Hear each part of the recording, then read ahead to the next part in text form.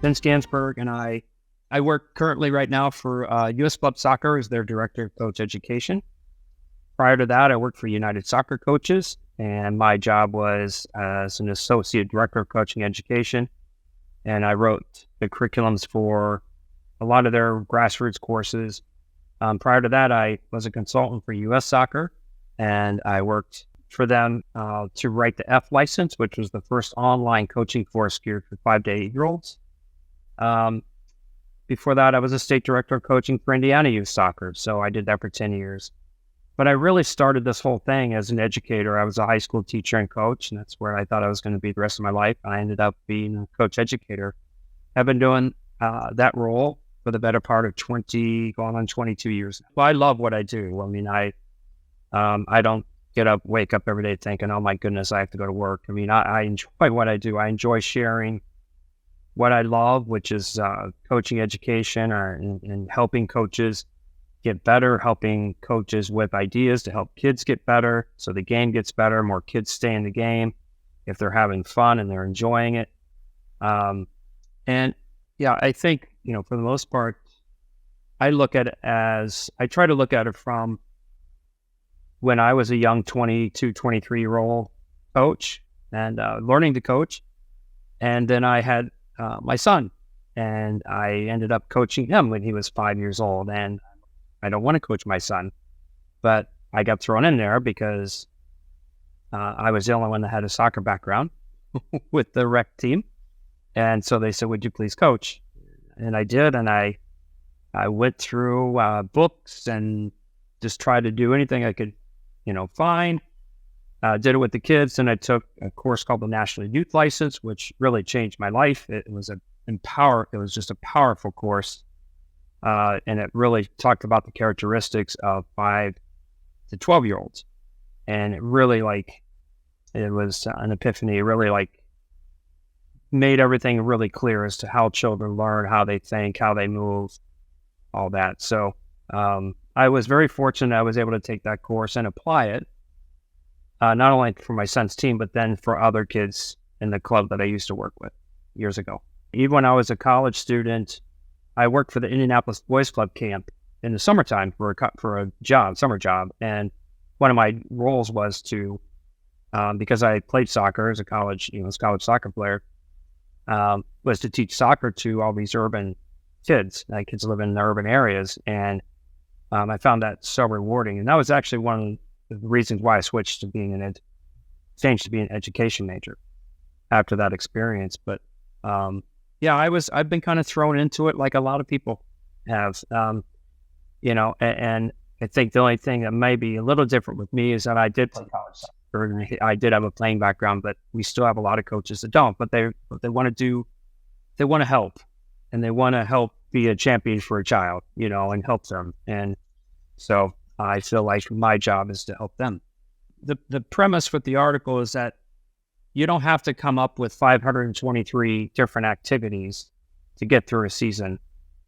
Think about, little kids. And when you ask a little kid, like I have grandkids now, and I ask them what game they want to play, and they typically say the same game. We want to play tag, or we want to play hide and seek, or we want to play the quiet game, or whatever.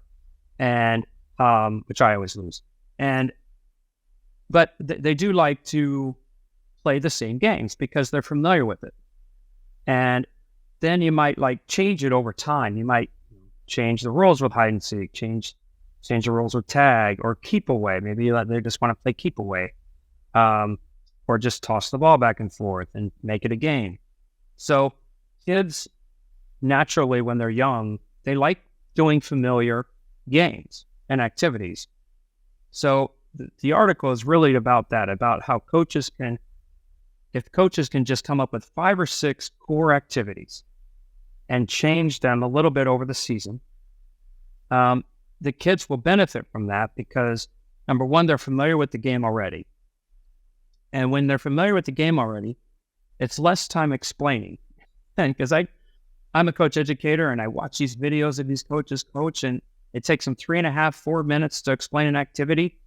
And at the end, the kids they raised their hands and they said, I don't understand. once you say, hey, we're going to play, and I'm just throwing this out, we're going to play red light, green light, but this time we're going to do it this way. And maybe you make the space smaller, or, I throw in like little cones, and they have to avoid the cones as they're playing, as they're dribbling from one end to the other. So, but they already know the game, so that you don't have to like go through the rules and all that. And once they're familiar with it, you can change it over time, and you'll find more value with it, I think, as a coach, because it's less time looking for new activities. It's more time you get to actually coach the kids, make them better, even connect with them and just say, hey, that was a great job, right? Because I think a lot of times coaches, they're worried about how the activity works, and they forget about coaching the child. And really, when we coach young kids, it should be we coach children first and the game second.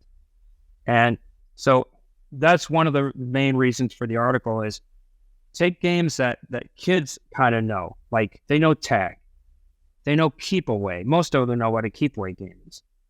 A lot of them now know what a game to goals, one-on-one and one on the other look like. So think of those types of games, put a ball to it, and then just use 4 or 5 or 6 over the season. It's no different from a musician. My dad's a musician, and I remember he used to tell me, really there's only like 4 or 5 notes or chords that you need to know, and then you just vary those. So it's very similar. Roughly the attention span, you take the child's age plus 7 seconds. So if it's a 6-year-old, you got about 13 seconds, and then after that, they're gone. So that's one reason. Their attention spans, the younger they are, the smaller the attention spans. The other thing is, if there's a phrase from the inner game of tennis, and it's potential minus interference equals performance. So every activity or drill has, I prefer activities or games. Every activity has potential. Every child has potential. Every team has potential. Every group. As a coach, we need to reduce or eliminate interference for performance to happen. Well, if part of the interference is we're explaining this activity and it's just taken so darn long that the kids are like, they totally lost interest by now, and they're not listening. And they get frustrated because they don't understand what you want. And so that's one reason why. So if you think of that equation, potential minus interference equals performance, the less interference, or interference could be we're talking too much. Interference could be we're not clear enough on the direction, so they get frustrated. Interference could be the activity is too hard and they get frustrated, or it's too easy and they get too bored. So, and it could be a lot of things. It could be things from outside the field too. So they could be interference that they come in with, but that's a topic for another day. So that's really one of the reasons we just want to keep it short and simple. And just, again, if you have 5 or 6 go-to activities, you don't have to explain really long drawn-out explanation about how something works. There's an old saying, coach the player, not the drill, right? And I see a lot of coaches still, unfortunately, they coach how they want the activity to work versus how the activity should work to help them become better. And or just coaching the player. If you just do the same activity with no variation, they will get bored and they will go, again. So there's ways you can vary it, but I use a mnemonic called STEP. So S stands for space, T is time, E is equipment, and P is the process. Or rule. So for example, you play red light, green light, simple dribbling game from one end to the other end. You can, if you just change the space, maybe you start off really big and then you make it smaller or skinnier. Now it's harder.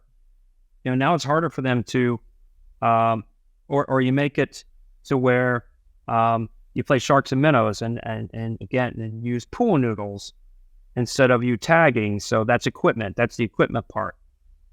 Equipment could be, we're going to maybe instead of shooting to 2 goals, what if each team had 2 goals to shoot at and 2 goals to defend? So now we can have more goals. That's equipment.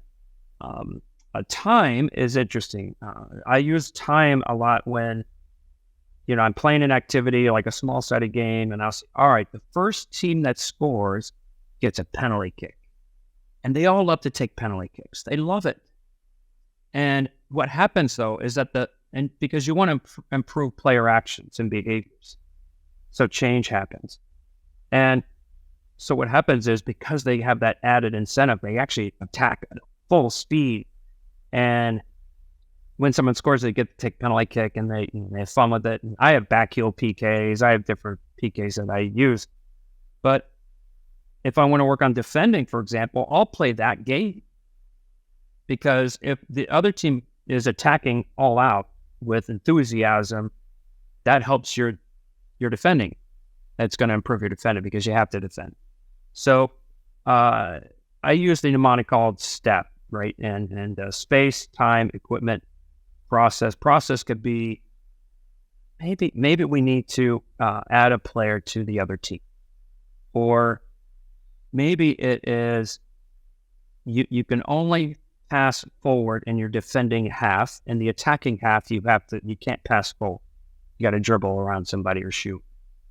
That's a constraint. But there are, again, I can play red light, green light in like 10 different ways using STEP.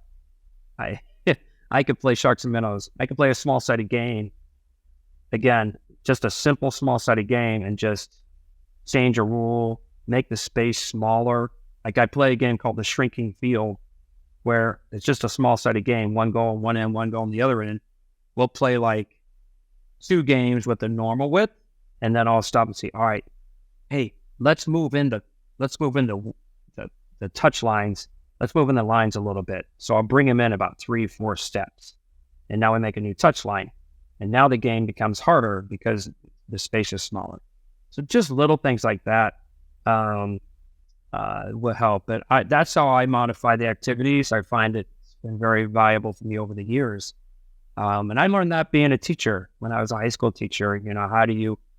How do you modify activities? I used to be an accounting teacher, talk about trying to make something that's boring fun, right? And I had to figure out a way, how can I make debits and credits fun, and so those are just ways that I think you got to kind of think, not outside the box, but just how can I change the space to bring out a different behavior? What time element could I put in? What if I use more goals? Or what if I use, I don't know, one of my favorite stores is the Five Below store, because they have these like little boppers you used to have as a kid and you used to hit them. And I buy them for $5 and I'll put them in front of a goal, in front of a small goal. And so that's the goalkeeper, right? And the kids love it. They love it. So just stuff like that. And so I think, just whether or not you use STEP or not, but just think one of the easiest ways is just to change the space.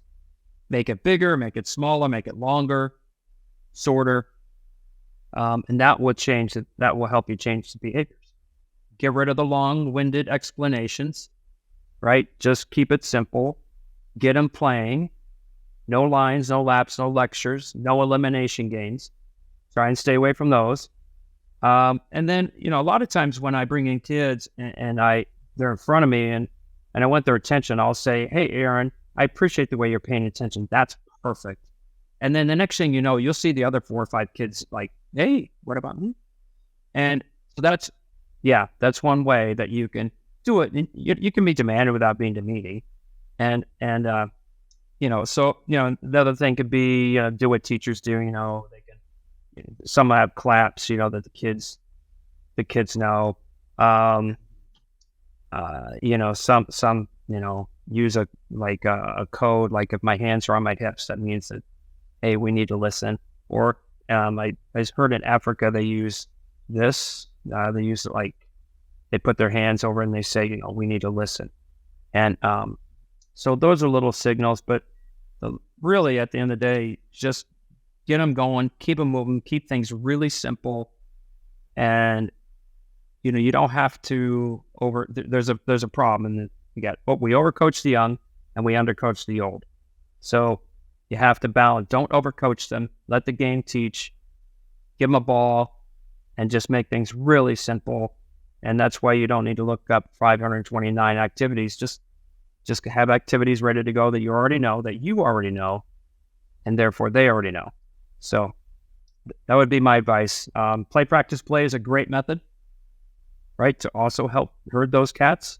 Get them playing. Let them burn off that energy. So have fun.